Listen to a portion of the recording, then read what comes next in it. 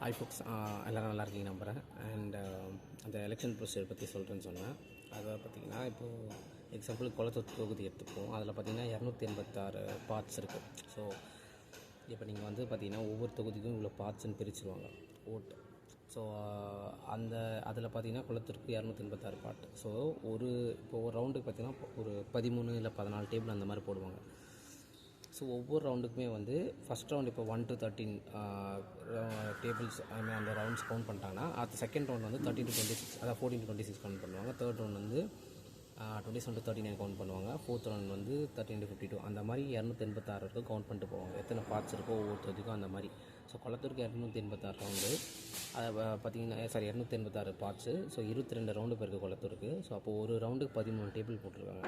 So இப்படி தான் வந்து அந்த கவுண்ட்டு நடக்கும். ஸோ ஒவ்வொரு ரவுண்டு எண்ட்லேயும் வந்து யார் எவ்வளோ ஓட்டு வாங்கினாங்க, எந்தெந்த கட்சி எவ்வளோ ஓட்டு வாங்கன்ற டீட்டெயில்ஸை வந்து கொடுத்துருவாங்க. இதெல்லாம் யார் தலைமையில் நடக்கும்னா அந்த கவுண்ட் பண்ணுற ஆஃபீஸ் இருப்பாங்க. அவங்களுக்கு மேலே ஒரு 3 ஏஆர்ஓஸ் இருப்பாங்க. அசிஸ்டன்ட் ரிட்டர்னிங் ஆஃபீஸர், அவருக்கு ஒரு ஹெட்டு ரிட்டர்னிங் ஆஃபீஸர் ஆர்ஓ இருப்பார்.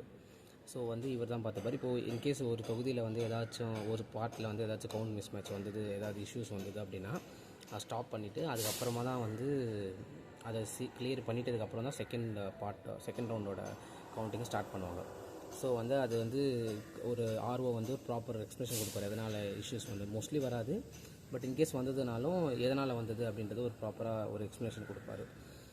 இது பார்த்திங்கன்னா முக்கியமானது பார்த்திங்கன்னா ஃபார்ம் 17C சொல்லுவாங்க. அதாவது வந்து எலெக்ஷன் அப்போது அதில் ஓட்டு போட்டதுக்கு அப்புறமா வந்து அந்த இவிஎம் மிஷின் அதுக்கு சீரியல் நம்பர் இருக்கும். அந்த சீரியல் நம்பரில் அந்த ஃபார்ம் 17C மென்ஷன் பண்ணியிருப்பாங்க. எத்தனை ஓட்ஸ் வாங்கினாங்க அந்த மென்ஷன் பண்ணியிருப்பாங்க. ஸோ ஆண்கள் எத்தனை ஓட்ஸு, பெண்கள் எத்தனை ஓட்ஸு, இந்த மாதிரி நிறைய டீட்டெயில்ஸ் இருக்கும் அந்த ஃபார்ம் 17C. அந்த ஃபார்ம் 17C அந்த கவுண்டிங் அப்போது வந்து கிராஸ் செக் பண்ணுவாங்க.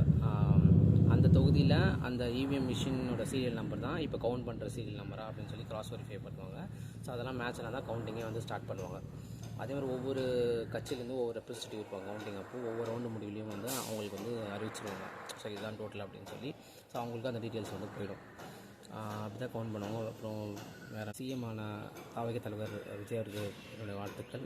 நல்லபடியாக ஆட்சி அமைச்சு நல்லா சேவை செய்வேன்னு நம்புகிறேன். அண்ட் ஒரு கேள்வியோட இந்த வீடியோ முடிக்கணும்னு நினைக்கிறேன். ஓட்டு போட்ட 4,82,00,000 பேரில் 7,44,492 பேர் மட்டும் ஒரு கேள்விக்குறியாயிட்டாங்க. யார் அந்த மக்கள் அப்படின்றத அடுத்த வீடியோவில் சொல்கிறேன். முடிஞ்சால் கமெண்ட் பண்ணுங்கள். பாய்.